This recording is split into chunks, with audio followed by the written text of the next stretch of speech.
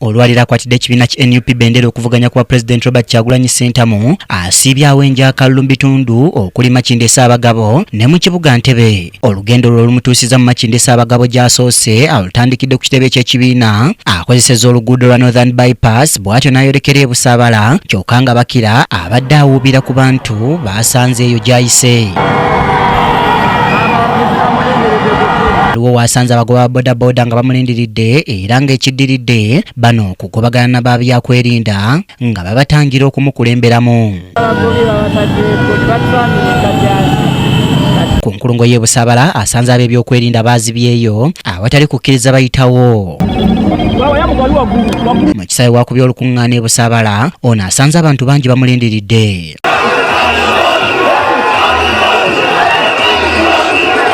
Abavuganya ku bifo eby'enjawulo mu Wakiso ku kaadi ya NUP babuulidde Kyagulanyi ebizibu ebibatawaanya mu kitundu kino omuli ekibbattaka n'ekyabavubi abaagobwa ku nnyanja. Asuuza ekisaawe kino ababbi abantu b'e Busaabala famire bisatu babadde baagala zisengula naye nayimiridde ku fulo ya Parliament era ne tujja wano ne baza Honorable Naluyima n'abakulembeze ababbi ne tubasuuza ekisaawe ne famire bisatu ne zitaasa. Ajja okulonda ojja n'omummondo.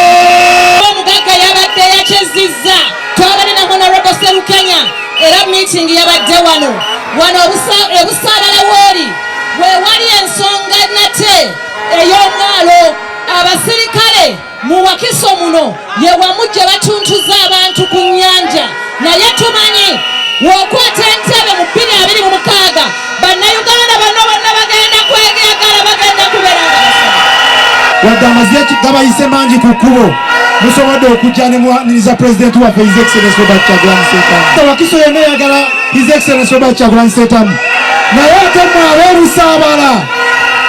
Busaabala muli banjawulo lwansonga abakyalira nnyo. Akulira oludda oluvuganya gavumenti mu Paalamenti Joel Ssennyonyi ne Ssaabawandiisi wa NUP David Lewis Lubongoya boogeddeko eri abantu. Ennyanja eyo yammwe mulina okugiganyulwamu okusookera ddala ng'Abakalamoja balina okuganyulwa mu zaabu waabwe ng'Abanyolo balina okuganyulwa mu mafuta gaabwe kaakati nammwe eno ennyanja yammwe era nga pulezidenti bw'azaakyogera ng'amaze okuyingira mu ofiisi ezimu ku executive order zigenda okusookera ddala kugoba magye ku nnyanja mulagalire ku nnyanja.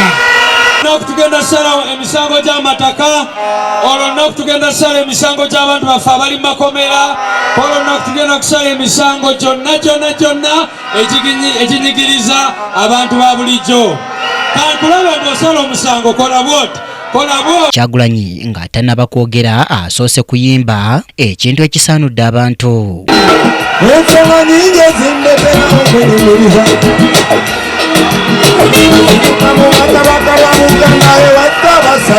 ono asoose kufalaasira abantu okutambulira ku bubaka obwa Ssaabasajja bw'awadde obwa Ssekukkulu. Tubalamusiza mwenna tubeebaza essaala ze mutusabira n'omukwano ogwe mutulaga bulijjo. Naffe tubasabira twebaza Katonda atusobozesezza okutuuka ku mazaalibwa ga Mukama waffe Yesu Kristo n'alugendo tusobozesa okutuuka mu mwaka 2026. Abantu baffe bangi batuusiddwako obulabe omuli okubwa okulemesa abeesimbyewo okutuuka mu bifo gye bateekateeka okwogera n'abalonzi n'ebikolwa ebirala ebimenya amateeka n'okulinyirira eddembe ly'obuntu. Bannaffe ab'obukiiko obuvunaanyizibwako naddala kati mwana gwe nkyasoma meseji ya Kabaka.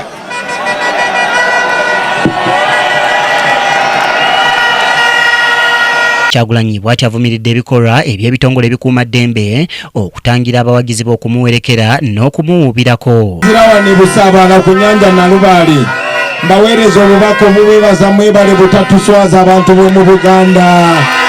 Mwebale nnyo mwebalire ddala. Bulungi nnyo yonna gye tuyise amagye agasukka omutwalo mulamba gaasuuliddwa ku kkubo ku Northern Bypass yonna ne bawamba abantu bonna ne bawamba ekitundu kyonna ne babagazaawo amaduuka ne babagazaawo ennyumba zammwe. Abantu abava e Gangu babaganye okujja, abantu abava e Makindye babaganye okujja, abava mu constituency enna babaganye okujja kya buswavu nnyo naye njagala obabuulira baganda bange ekyo tekiraga maanyi ekyo kiraga bunafu n'abannayuganda bannaffe baweereza obubaka ti bano abantu okulaba nga baleeta abapoliisi n'amagye omutwalo mulamba nga batya akasajja akatalina yadde ejjinja jasinyira bendera ya Uganda yiino. Asuubizza okukola ku kizibu eky'ekibbattaka nga wangudde akalulu ssaako okulaba ng'azza abavubi ku nnyanja. Wano buli omu bw'abeera n'abantu bakulembera ne bwe babeera bataano nga ttiimu si yakola fujjo, si batuma kola fujjo, wabula mbatuma kubeera bategeevu, mbatuma kubeera baagala ensi yaabwe, mbatuma okuba olaba ekibbattaka baatuuka okulibba ku muntu gwe mumanyi kati ate gwe owa bulijjo. Kino ekisaawe kye tulimu kiri mu lusuubo, naye nga abasenda abantu ku ttaka bw'oba bagoberedde bonna abamalira wa Museveni, bonna abamalira ku magye, njagala obbategeeza nze kennyini kamwa koogera baganda bange mu Uganda empya ekyo kye tugenda okusooka okunogera eddagala. Mwenna abaali abavubi kati ennyanja amagye gagiwamba. Nalabye omukazi wano ng'ali mu yunifoomu y'amagye naye ng'ayogera ebyekisiru ebisembayo ng'agamba nti mulonde Museveni balyoke babakkirize okukolera ku nnyanja, ennyanja y'abajjajjammwe. Ndi wano bategeeza nga Honorable Sonyonyi bw'akyogeddeko olumala okutuula mu ntebe eyo oda esooka egenda kuba egoba amagye ku nnyanja nakubaddiza ennyanja yammwe. Bw'avudde wano ayolekedde ekibuga Ntebe gy'abadde n'olukuŋŋaana olulala kyokka ng'asanze ebyokwerinda binywezeddwa yonna ng'ali enkumba ayise Joyce Nabatta eyakwasibwa NUP bendera ku kifo eky'omubaka owa Ntebe munisipaali ne bagenda nga bawuubira ku bantu bonna kyokka ng'amakubo ag'enjawulo gabadde gaggaddwa.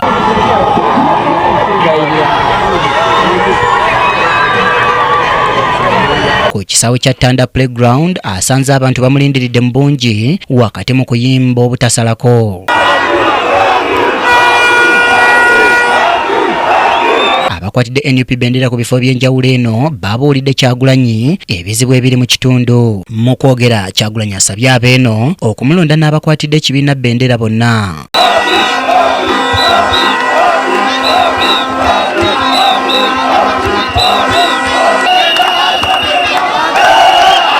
Sebugenyi Joseph yakusakidde eggwira lino ku lwa KTV Amalindire.